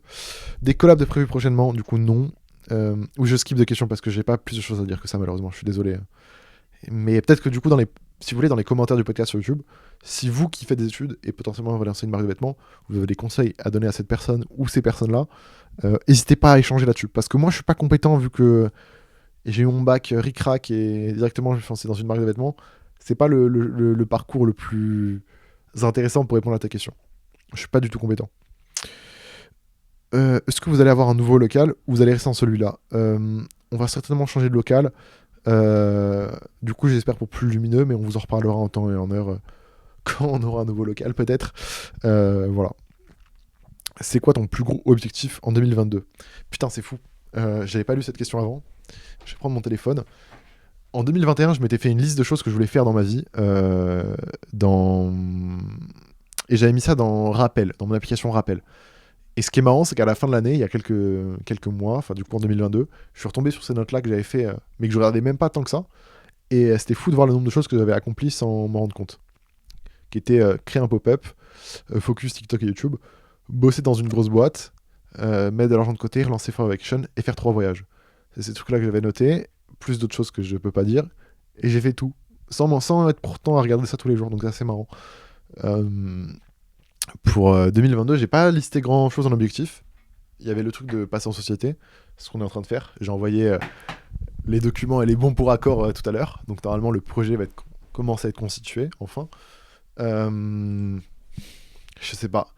Je pense que je pourrais vous dire à la moitié de l'année ce qu'on aura fait à la fin de l'année. J'aimerais bien faire un événement physique. Je pense que c'est mon plus gros objectif de 2022. Créer un événement physique. Enfin, je l'ai en tête, on bosse déjà dessus. Il y a des chances que ça se produise, il y a des chances que ça se produise pas, on verra. Mais créer un événement physique de fou. Voilà. Est-ce que tu prends des stagiaires des fois? Rarement, ça nous est déjà arrivé, ça nous arrivera encore à l'avenir. Juste c'est compliqué dans le local, c'est pas l'idéal. Mais quand on aura peut-être des nouveaux bureaux, pourquoi pas. Et c'est marrant parce que j'ai souvent des demandes de stage de mecs qui sont pas d'Orléans. Et je suis en mode, mais est-ce que tu vas vraiment venir à Orléans, prendre un Airbnb ou un hôtel pour bosser avec nous? Je pense pas que ça en vaille la peine. Dans 5 ans, ça sera quoi For Action, mon gars? Je sais pas. Hein. J'espère que ça sera cool. En tout cas, ça sera peut-être ma chaîne YouTube For Action, sera peut-être une marque de concert ou d'événements physiques, sera peut-être une marque de boisson, une application de téléphone, un groupe Facebook, je sais pas du tout. Franchement, je sais pas. Mais c'est ça qui est cool, c'est que j'avance dans l'inconnu. Si tu avais un conseil principal à donner pour mener un projet à son but, alors, ça c'est assez intéressant. Je suis un loser, je le répète, j'ai rien fait dans ma vie, prenez pas forcément des conseils de moi, mais il y a plein de fois où j'ai essayé de lancer des projets, et il y a un pattern assez intéressant que j'ai vu plusieurs fois dans des projets que j'ai voulu lancer, ou dans des projets auxquels j'ai participé. Il y a pas mal de projets où on se dit on va se mettre à plusieurs, 3, 4, 5, parce que ça va nous permettre de mettre toutes nos compétences à profit. Lui, il est trop fort dans le design, il va nous aider sur le design, lui dans la communication, lui dans on sait pas, mais c'est notre pote, on le prend. Enfin, il y a ce truc-là de vouloir se regrouper pour créer des projets. Et pour moi, c'est une grosse erreur, c'est une grosse bêtise. Sans tirer sur qui que ce soit qui pourrait écouter ce podcast, hein, pas du tout. Mais plein de fois, ça a été le cas. J'ai bien avant For Action, enfin au début de For Action, il y avait une marque qui s'appelait Rouge Cendre. Rémi, le créateur, m'avait contacté en mode ça te dirait de bosser avec nous? J'étais en mode génial. Il y avait un mec en Belgique qui était pour la finance, il y avait moi pour la communication, Rémi pour la direction artistique et Justin Buisson pour le motion design. On était 4-5, ça devait être. On avait une équipe parfaite. Mais le jour où on s'est regroupé pour bosser, il s'est rien passé. Et pareil, on devait faire un projet NFT avec des potes à moi. Et chacun avait ses compétences et tout. Mais en fait, le fait que tu disperses les tâches sur plusieurs personnes, si t'es pas organisé, tu vas juste perdre du temps. Alors que si t'étais tout seul, si j'étais tout seul, le projet NFT, je l'aurais, je pense, je suppose que je l'aurais bouclé plus rapidement, peut-être pas avec le même résultat. Mais en fait, le fait d'être à plusieurs disperse ton temps, ton énergie, il faut que tu relances les gens. Personne va s'investir autant que toi, tu vois. Genre, moi, j'ai quitté le projet NFT que je parle parce que personne ne branlait rien. Personne ne branlait rien. Genre, personne lançait d'initiative parce qu'on se reposait toujours sur le travail de quelqu'un d'autre. Du coup, le conseil principal à donner pour mener son projet à son but, c'est de ne pas vouloir toujours déléguer, parce que des fois, tu vas juste perdre plus de temps qu'autre chose. De mon expérience, peut-être pas le meilleur conseil, mais c'est le conseil que j'ai vu à chaque fois qui était en mode. Qui revenait et qui était en mode. En fait, j'aurais peut-être dû rester tout seul. Voilà.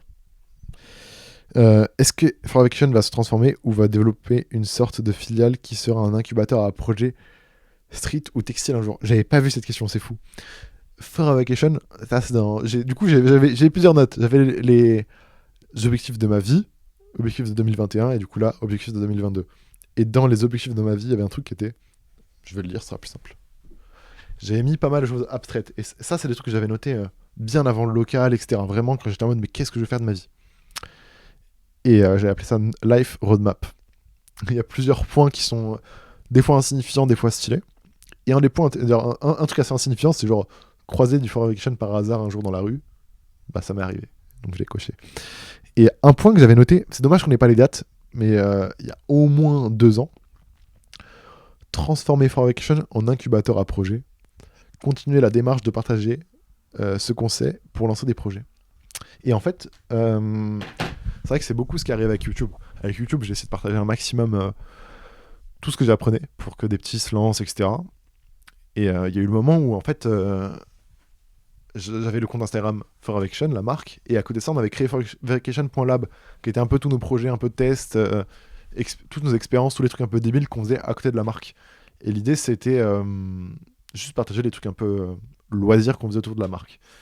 Et le local est arrivé, et du coup, on a récupéré ce compte-là pour que ça soit un peu le compte Instagram du local, ce qui au final a un peu été abandonné avec le temps.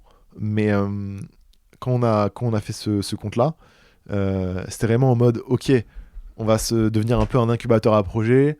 Et en fait, même moi, je me suis mis dans la position de je vais aider tous les projets que j'ai autour de moi. Donc dès que je pouvais aider Supram, j'ai des Supram. Dès que je pouvais aider Ruby, j'ai des Ruby. Dès que je peux aider Tom, j'aide Tom. Et au final, j'ai l'impression que vraiment avec le temps, For Vacation est devenu à sa manière un peu un incubateur à projet textile. Du fait qu'on fournisse des outils, des ressources gratuitement pour aider les gens à se lancer, pour moi, il y a un peu ce truc-là incubateur. Euh, Malheureusement, on gagne 0 € sur tous ces projets textiles. Dommage, ça se trouve que je serais millionnaire depuis. Mais ouais, de fou. En fait, c'est que c'est grave un truc que je kiffe, moi, partager, apprendre des choses aux gens. Peut-être dans un univers parallèle, dans quelques années, peut-être que je serai prof, ou je ferai des conférences dans des amphithéâtres ou dans des écoles de commerce, je sais pas. Mais ouais, de ouf. Moi, je kiffe partager des choses.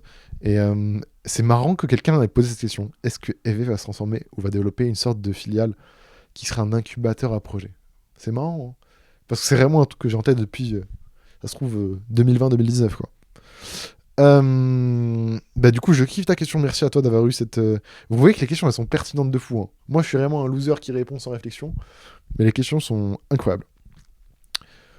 Comment augmenter sa visibilité sur Instagram en partant de zéro pour un compte à terme? Faire des reels. Je pense que c'est ça. Faire des reels et des publications qui vont être partagées. Soit en story, soit à des amis. Je pense que c'est le truc qu'il faut faire sur Instagram. Pas besoin de se prendre plus la tête que ça. Tu penses quoi de la culture streetwear en ce moment? Bah, j'ai dit... En fait, il y a un truc... Si, il y a un truc par rapport à la culture streetwear en ce moment, c'est Virgil Abloh, bah, du coup, qui est mort malheureusement, vous l'avez vu. J'étais pas le plus grand fan d'Off-White, genre... je suis pas le mec qui va cliquer des Off-White, Nike, machin, j'ai jamais cliqué d'item Off-White. Mais je trouve qu'il est... Moi, ce que j'apprécie dans son travail, c'est que... C'était le roi de la communication. Genre, il n'y a pas une semaine où on n'entendait pas parler de lui. Toutes les semaines, il occupait l'espace médiatique streetwear mode. Toutes les semaines, il y avait un nouveau sample qui sortait, un nouveau leak, une nouvelle création qui faisait le buzz. Que ce soit des gobelets en plastique off-white qui coûtent cher. Toutes les semaines, on parlait de lui et de ses créations. Et c'était super stimulant d'être, je trouve, dans cet environnement-là, où il y avait toujours quelque chose qui se passait, quelque chose de nouveau, quelque chose de créatif. Et j'avoue que depuis qu'il est mort, j'ai l'impression qu'on se fait chier un peu. Genre, c'est bon, quoi. Les Nike Sakai, on les a vus 50 fois. Je trouve qu'il y a des trucs cool qui se passent niveau marque indé à Londres. À Londres, c'est les rois du monde dans la musique, dans la création en général, c'est des fous. Mais sinon, je me fais un peu chier, hein. Mais du coup, on va essayer de contribuer à ça avec For Vacation, hein. Je dis ça, mais je participe pas de manière non plus la plus active à la culture streetwear, hein. J'essaie de le faire à ma manière, mais je suis pas le plus actif. Ma marque de sable favorite. Je sais pas ce que c'est ma marque de sable favorite en ce moment. C'est vrai que je sais pas. Je New Balance, mais c'est pas des, enfin c'est des chaussures. Ouais, New Balance quand même. New Balance, bien avant la mode. Moi, j'avais des New Balance. Ma première paire de sneakers que j'ai acheté. Est-ce qu'elle est là? Ouais, elle est là. Ok, je vais vous la montrer. C'est la première paire de sneakers que j'ai acheté avec mon argent. Du coup, parce que en fait, bon, la grande histoire de ma vie, c'est que vous savez, j'ai des grands pieds. Je fais du 47,5, ce qui est plutôt une grosse pointure. Du coup, mes parents, par un manque de moyens et par giga flemme, ont refusé de m'acheter des paires de chaussures de marque pendant très longtemps. Parce qu'à quoi bon acheter une paire de Nike si c'est à 80 balles, 60 balles, si c'est pour que dans 3 mois je puisse plus la porter. Ce qui est totalement logique, hein. Et voici la première paire que j'ai achetée, qui est une paire de New Balance 580, qui était très cool d'ailleurs, mais qui est une grosse banane maintenant. Elle est horrible. Il y a plein de peintures. Je la mettais pour faire du graffiti à l'époque. Mais du coup, voilà un peu. New Balance, hein, vraiment, c'est ma paire de prédilection. Parce qu'en fait, aussi, bah. Je sais pas, j'ai toujours trouvé tous leurs modèles un peu cool. Enfin, c'est plutôt le style de chaussures qui me plaît. Un peu running. Je sais pas, j'aime bien. J'aime bien. Et j'aime bien avoir des paires que pas tout le monde a, tu vois, sans vouloir mettre un gros billet. Et des paires confort. Et j'ai jamais été aussi confort que dans des paires de New Balance. Voilà. Est-ce que le local est fermé à vous quatre? Il pourra intégrer de manière permanente quotidienne d'autres marques indé comme Oulala, Mel Ravi ou d'autres qui peuvent monter. Le local a jamais été fermé, hein, vraiment. Enfin, moi, je l'ai jamais vu de cette manière-là fermé. Juste, il y avait au début 3 personnes qui se partageaient le loyer. Ruby, moi et Supram. Euh, Plus ou moins un tiers chacun. Je payais au début beaucoup plus parce que bah ils pouvaient pas. Mais ça a toujours été comme ça. Au bout d'un moment, il y a Tom qui est arrivé. Et puis, si, je sais pas, il fallait qu'il y ait Charles, Jean, Pierre, je sais pas, Gwenaël qui nous rejoint, ça aurait été avec plaisir. Mais juste, en fait, on n'a jamais été en mode on recrute un nouveau membre local. Peut-être qu'on aurait dû et qu'on aurait pu. Mais déjà que c'est compliqué de trouver du monde dans notre délire, on n'avait pas lancé une fléba. On se plaisait bien à 3, à 4, ça fonctionne très bien. S'il faut qu'il y ait plus de monde, il y aura plus de monde, mais c'est pas prévu pour le moment. Et si ça viendra, bah, ça viendra sur le coup, quoi. Si demain une grosse marque vous contacte pour une collab, genre Nike, Adidas, New Balance, Supreme, Stussy ou peu importe, vous faites quoi? Bah franchement, on répond au mail, hein. On répond au mail, mon gars. Avec plaisir. Je pense que c'est toujours intéressant, hein, pour la culture, pour créer un truc cool, pour nous permettre de créer un truc auquel on n'aurait pas eu les moyens de créer avant. Avec plaisir. New Balance, quand vous voulez, vous m'appelez, vous m'envoyez un mail. Je viens le jour où il faut sur Paris, à New York et à Londres. Je prends mon billet, on vient discuter avec plaisir. Mais Nike, Adidas, c'est aussi suprême aussi, hein, bien sûr. Mais du Balance, je répondais plus vite. Penses-tu bouger d'Orléans un jour? Je pense pas. Je suis bien à Orléans. Ouais, s'il faut, peut-être qu'on bougera. Peut-être. Mais je me vois pas aller à Paris. Peut-être d'autres villes. Lyon, j'ai envie d'essayer. Lyon, ça a l'air cool quand même. Euh, Ouais, j'ai créé mon petit environnement à Orléans, restons à Orléans. Mais s'il faut, dans 6 ans, je peut-être, je sais pas, à Bordeaux, à Biarritz, je sais pas, à Aspa, hein. C'est une ville au Pays Basque, un village.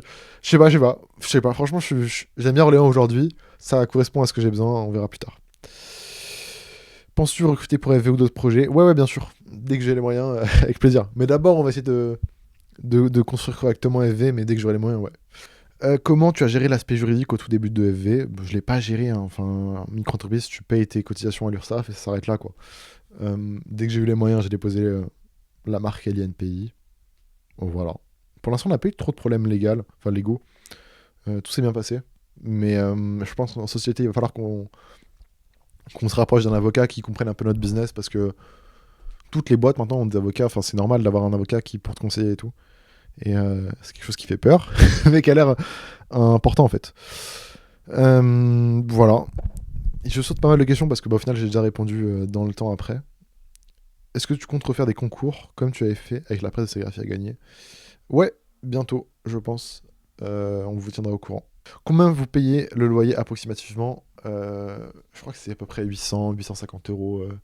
On va dire tout compris, assurance, électricité, eau, charges, TVA, loyer. Entre 800 et 850. Salut frérot, la publicité que tu as utilisée pour ta marque. Alors j'ai pas compris la question, mais en vrai, niveau publicité, est-ce qu'on en a déjà fait? On a déjà fait un placement de produit sur YouTube avec Vinci. Euh, je l'avais mal organisé et j'ai mal géré mon coût. Euh, mais on a déjà fait un placement de produit sur YouTube avec Vinci. J'ai déjà fait un peu de publicité Facebook, mais jamais vraiment très organisé non plus. Euh, Mais sinon, c'est tout. Je crois pas avoir fait d'autres types de publicité, si ce n'est que des concours sur notre compte. La plupart du temps, c'est vraiment que de la création de contenu organique sur TikTok, Instagram, YouTube. Mais la publicité, c'est pas mon truc. Je pense pas que ce soit la meilleure manière de laquelle faire découvrir ta marque. Tu parles très peu de ta vie perso, ce que tu fais à côté de FV. Du coup, comment tu te sens vraiment comment tu arrives à te divertir? Ou alors tu es focus H24 sur FV? Alors, la réponse que je donne à chaque fois, c'est que il n'y a que FV dans ma vie, etc. Euh, Ce qui, je pense, est vrai quand même, c'est que je vis For a Vacation. Genre, c'est la réponse que je donne et que je donnerai toujours, je pense. Euh, mais je me sens. Enfin, mais ça me dérange pas s'il faut que j'ai les potes que je sorte. J'espère pouvoir avoir le temps de le faire ça un jour, hein, d'être un peu plus en mode loisir quand il faut, quand je peux. Euh, Parce que je pense que, genre, aujourd'hui, ça m'a plutôt réussi d'être focus à fond sur FV. Mais plus le temps va passer, moins je vais avoir un côté un peu relatable avec la vraie vie des gens. Et donc j'aurais du mal à raconter des histoires dans lesquelles les gens vont s'identifier. Vu que j'ai une vie qui est pas la même que tout le monde en fait. Et je pense que quand plus le temps va avancer, plus je vais essayer des fois d'avoir des petits rappels de la vraie vie pour, euh, pour voir ce que c'est la vraie vie et pouvoir connecter avec. C'est très abstrait comme réponse, mais en gros je veux dire que ma vie perso, qu'est-ce que je peux dire sur ma vie perso? Le Covid a détruit ma vie perso totalement. euh, Parce que mes quelques potes que je pouvais voir en dehors de la marque, je les ai vus moins de 10 fois à tout casser depuis qu'il y a eu le Covid.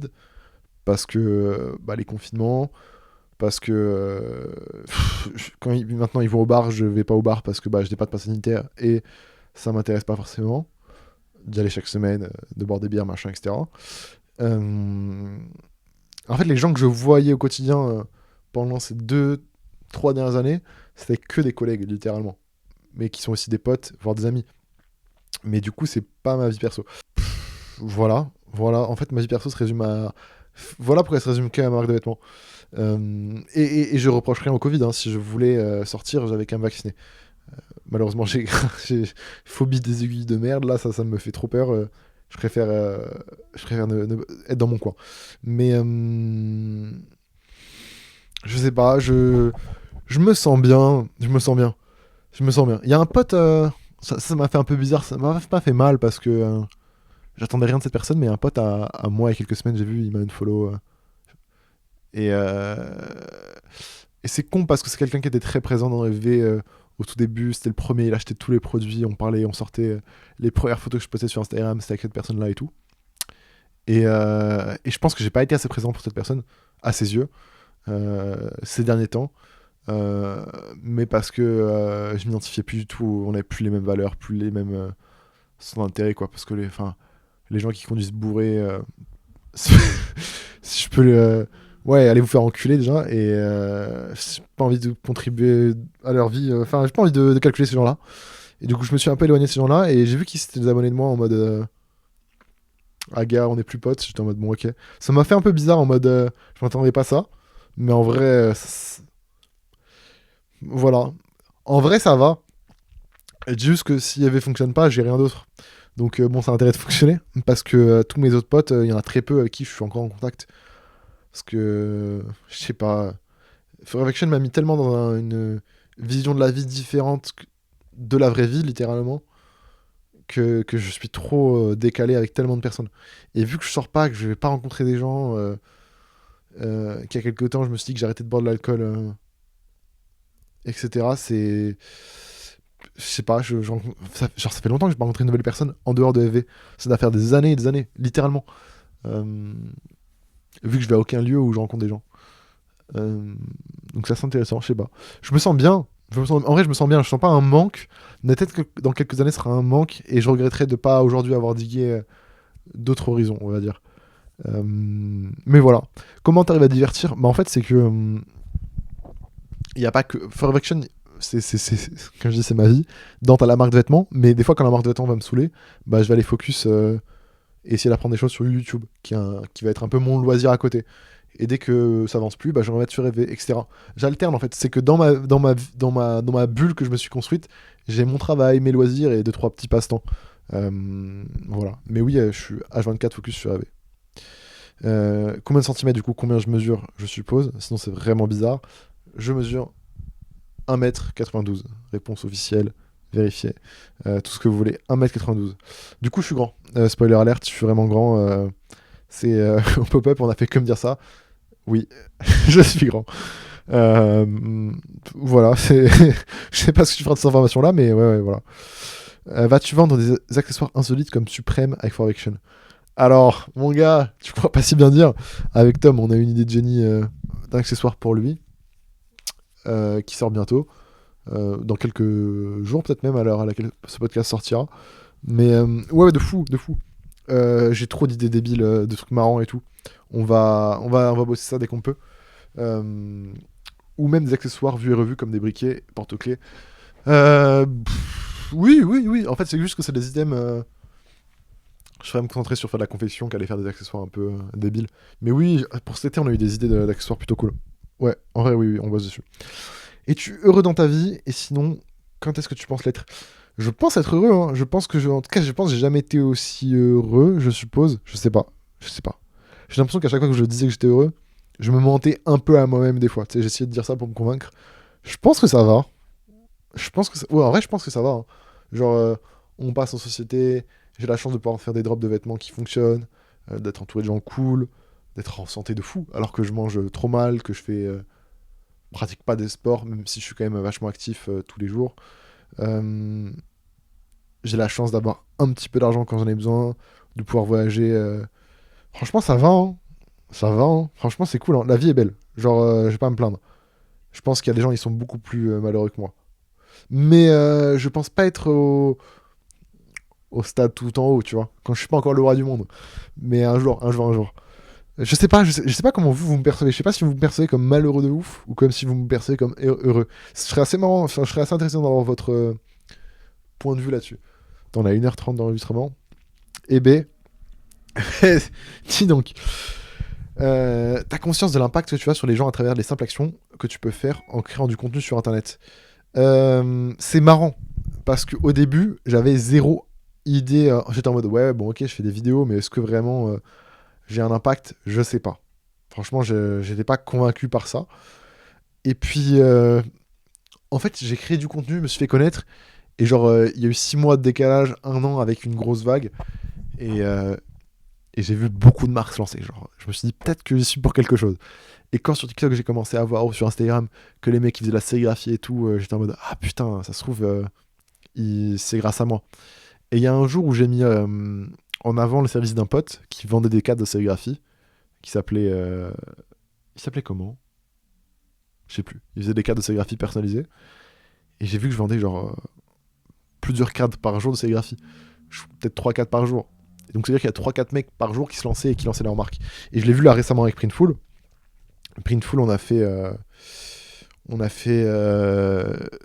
4 vidéos sponsorisées pour eux. Et en gros, je leur ai ramené 200 clients, ce qui leur a généré quasiment 21 000 euros de chiffre d'affaires. Enfin, 21 000 $. 200 clients. Ça veut dire ils ont eu 1000 inscriptions et il y a 200 clients actifs qui font des commandes régulièrement. Ça veut dire qu'il y a au moins 200 marques là en France qui disent les sprints full parce que j'en ai parlé. Et donc quand je vois les chiffres comme ça, je suis en mode j'ai vraiment un impact et c'est d'art. Et je le vois dans la vraie vie. Quand au pop-up, il y a des gens qui m'ont ramené leurs t-shirts et tout, j'étais en mode putain, c'est fou. J'ai vraiment un impact. Il y a des gens ils se sont mis à créer parce que je leur ai dit ou je leur ai montré les trucs. C'est fou. Et c'est ça que je veux faire de ma vie, genre c'est vraiment ça. Donc voilà. T'as pas peur que tu s'arrêtes du jour au lendemain? Non. Au pire, je trouverais quelque chose d'autre à faire, hein. Si, franchement, si la marque de vêtements devait s'arrêter parce qu'on aurait une grosse galère, ça va, tu vois. Tant que j'ai mes mains, je suis pas plâtré ou autre, je pense, je suis inarrêtable. Non, je sais pas. Forcément, j'ai peur. Euh, mais j'ai pas. J'essaye de voir les choses de manière. Tout peut s'arrêter du jour au lendemain, tous les jours. Du coup, j'ai accepté ce truc-là et je sais pas si j'en ai encore peur. Je pense que si ça s'arrête, eh ben, peut-être pendant 6 mois, j'aurais galéré un peu, mais je trouverai un truc. S'il faut, dans 6 mois, je revends des comptes Minecraft, je sais pas, je trouverai un truc à faire, tu vois. Franchement, en fait, Je pense sincèrement qu'il y a tellement de moyens de faire de l'argent sur Internet que je trouvais forcément un moyen de gagner de l'argent. Et en parallèle de ça, un moyen d'être heureux et de créer des trucs cool.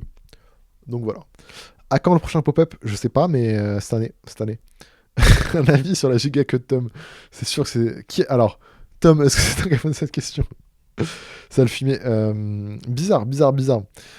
T'as prévu de faire des marques avec des collabs. T'as prévu de faire des collabs avec des marques pas très connues. C'est une question assez intéressante parce que ça m'arrive beaucoup moins, mais il y a une grande période où on me demandait des collabs tout le temps. Dès que des marques se lançaient, c'est viens, on fait une collab ensemble. Et j'étais en mode, mais non, en fait, parce que pour moi, une collab, faut que ce soit un échange, que les deux entités puissent se rapporter quelque chose. Et en gros, aujourd'hui, on fait que des collaborations avec les artistes parce que nous, on apporte la vision et l'artiste, il alimente la vision avec son talent et sa vision à lui. On échange, si vous voulez. Je donne une idée, lui, il contribue et on crée quelque chose ensemble. Avec une marque de vêtements, la plupart du temps, quand on me proposait ça, du coup, c'était des petites marques indé. Et on devait faire une collab avec une marque indé. Et parce que la marque pouvait créer un produit qu'on ne pouvait pas créer, qui était des bagues en argent. Et au final, ça s'est pas fait. Mais il y avait que par ce truc-là que je trouvais ça intéressant.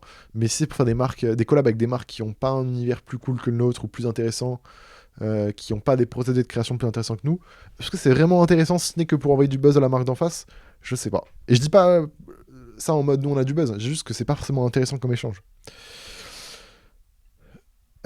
Actuellement en train de lancer ma marque, le plus compliqué c'est la communication et se faire connaître.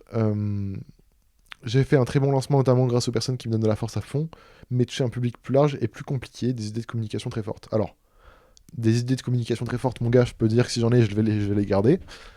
Désolé, je vais pas travailler à ta place, mais le plus compliqué, c'est la communication et se faire connaître.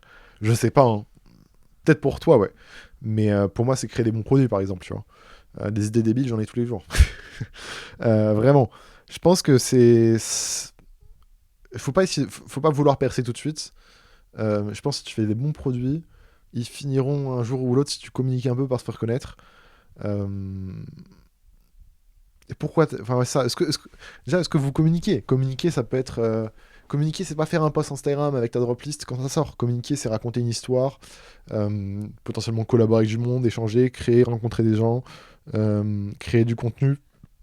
Mais si par communiquer, t'entends faire deux trois photos et les poster le jour du drop, c'est pas communiquer ça. C'est pas communiquer du tout. Communiquer, ça va au-delà, c'est intriguer les gens, les faire en sorte qu'ils s'intéressent à toi. Et le fait de poster juste des photos et une drop list, ça fonctionne que si t'as des produits de fou malade, des produits incroyables. Donc, faut que tu trouves des trucs débiles que les gens pourraient. Qui pourraient trigger un peu les gens, en fait. Mais oui, c'est compliqué, mais je pense que ça viendra avec le temps et que plus tu vas faire des drops, plus tu vas pouvoir voir un peu les mécanismes qui intéressent les gens. Tu vas voir qu'est-ce qui trigger, qui parle aux gens, quoi. Mais en vrai, là, le meilleur outil que vous avez, YouTube Short, TikTok. Voilà. Comment était ton premier drop niveau vente, communication, niveau branding? Le premier drop niveau branding, il était pas si mal parce que, comme je dis, on avait fait les photos. Et je suis assez fier parce que sur le premier t-shirt, on avait déjà une étiquette thermocollée dans le col. Je trouvais que c'était un truc de fou et je trouve ça cool parce que maintenant, les premiers t-shirts Forever Action, il y a écrit Forever Action dans le col. Il y a toujours eu ça. Et c'est cool parce que niveau branding, c'était fait. Niveau communication, c'était basique, mais plutôt cool pour l'époque, je trouve. Niveau vente, on avait vendu quoi à 30 t-shirts. Franchement, c'est d'art. Hein. C'est d'art. Hein. Franchement, j'avais galéré à les vendre. Hein. C'est de la précommande et tout. Ça a duré des semaines. Mais mon premier drop. Après, j'ai fait un. C'est bidon ce que je veux dire, mais ma première mission avec la marque de vêtements au début, c'était pas faire une marque de vêtements, c'était juste de m'amuser et de créer des trucs. C'était une excuse pour moi pour créer des trucs, vraiment. Donc j'avais un peu rien à foutre des résultats, tu vois. Si on vendait notre t-shirt, c'était super cool, mais quoi qu'il arrive, j'allais continuer de le faire, en fait. Tant que je perdais pas d'argent. C'était vraiment le truc. As-tu déjà pensé à faire un stand sur Citadium, par exemple? Je sais qu'ils mettent en valeur les marques indées dans leur partie streetwear. Alors, je sais pas s'ils les mettent vraiment en valeur, pour le coup.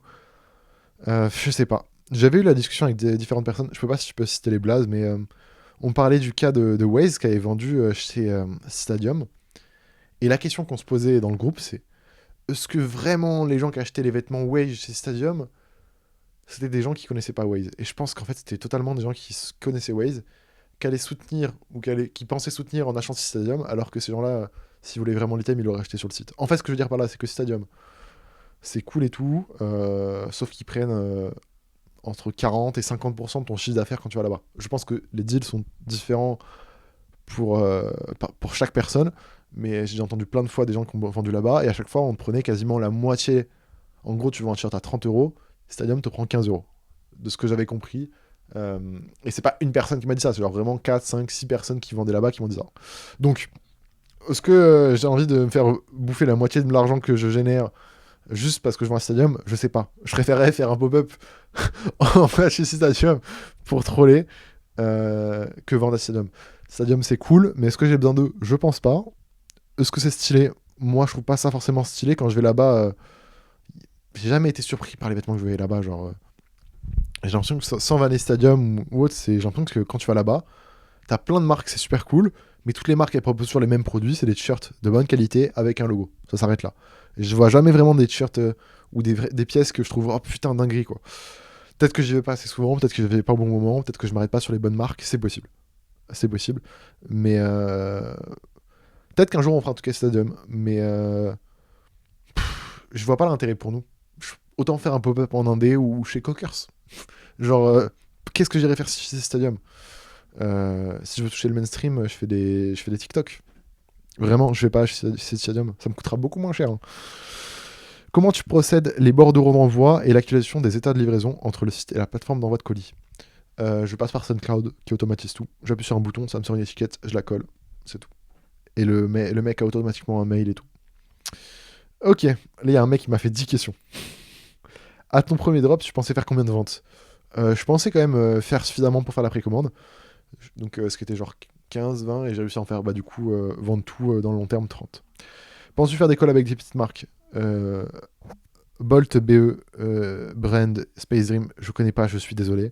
Je connais pas ces marques et du coup non, j'ai pas prévu de faire des collabs avec des petites marques. Vas-tu refaire des concours? Oui. Une collection de NFT à venir? Non. D'après toi, quelle crypto va flamber après le Bitcoin et l'Ethereum? Je sais pas, j'ai pas de boule de cristal. Est-ce que la crise Russie-Ukraine vous dérange sur les commandes textiles? Non. Ça me dérange pas par rapport au textile, je vois pas comment ça pourrait nous impacter. Un indice sur le prochain drop. Peut-être que le prochain drop sera sur la NFT.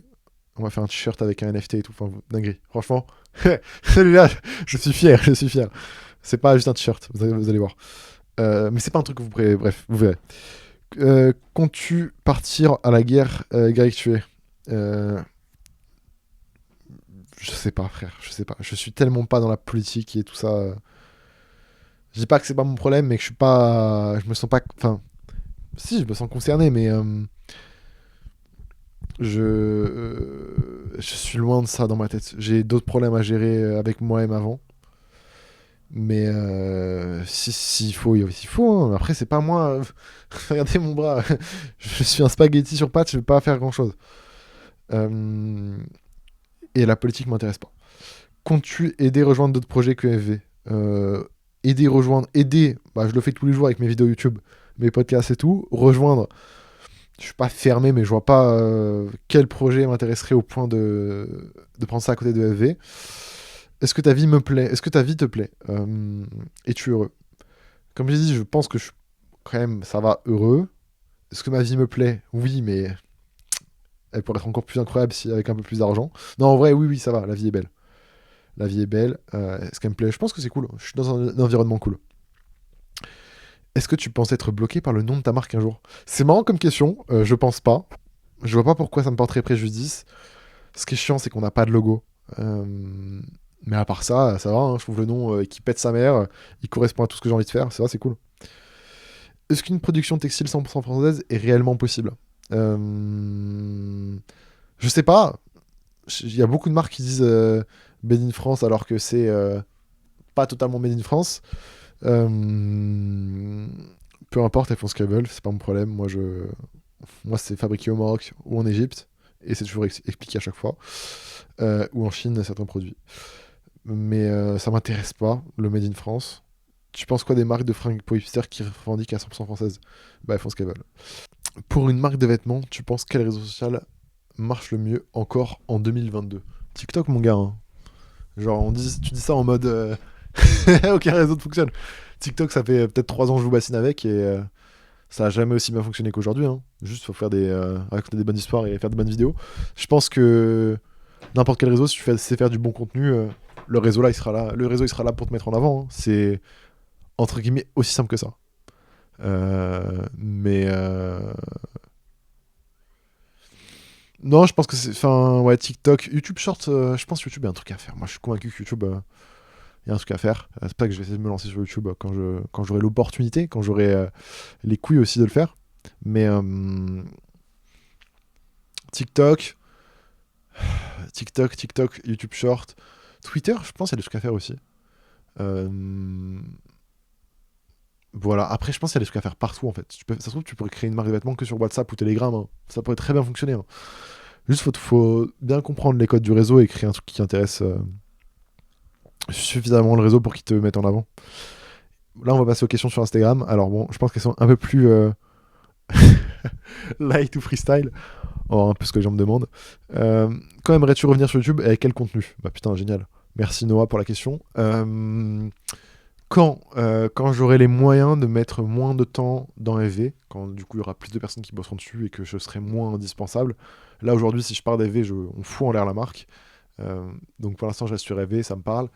Peut-être que j'essaierai de faire des vidéos YouTube quand j'aurai un peu plus de temps. Parce que si je fais YouTube, je vais tryhard, comme l'histoire de Minecraft à l'heure. Je veux être le meilleur, je veux avoir mon million d'abonnés. Donc hors de question que je reprenne les vidéos pour en faire 3 et arrêter. C'est bon, j'ai déjà fait la salope 2-3 fois comme ça. Hors de question que ça continue. Du coup, quand je sais pas, quel contenu, du contenu un peu plus du coup large, genre un peu plus divertissement, mais toujours le truc qui m'intéresse quoi. S'il faut que je fasse une vidéo vivre une semaine en Bitcoin, on le fera, tu vois. Et c'est des vidéos que j'ai envie de faire, tu vois. Mais un peu tout et de rien. Ouais, globalement, divertissement lié à ce qui m'intéresse dans la vraie vie, quoi. Comment t'as appris à utiliser Illustrator et tous ces logiciels? Alors, je sais pas ici Illustrator pour le coup, mais il n'y a pas plus de raison que. Enfin, il y a pas de secret, hein, c'est. J'arrivais vraiment pas à Photoshop au début. Puis j'ai commencé à bidouiller moi-même. Supra, il m'a montré des raccourcis quand je lui montrais des trucs. Et ça vient comme ça avec le temps. J'ai jamais fait de formation ou autre. Voilà. Origine de mon pseudo. Ça vient d'où? Ça vient du graffiti. Ça va faire peut-être 12 ans que j'ai ce blaze-là. Et en fait, un jour, j'étais chez ma grand-mère au Pays Basque. Et j'étais sur une feuille de papier. Et en gros, je voulais faire un. Il fallait que je trouve un blaze. Je voulais entre 4 et 5 lettres qui se prononçaient bien, qui était assez impactant, qui avait des belles lettres. Je trouve que le F, le B sont de magnifiques lettres et qui s'emboîtaient super bien. Et en fait, j'avais fait un dessin sur ma feuille où c'était comme un rectangle où dedans il y avait toutes les lettres qui s'emboîtaient et ça rentrait super bien. J'ai retrouvé le dessin il y a quelques années, je sais pas où je l'ai foutu, mais voilà. En gros, mon pseudo vient du graffiti, je l'ai gardé.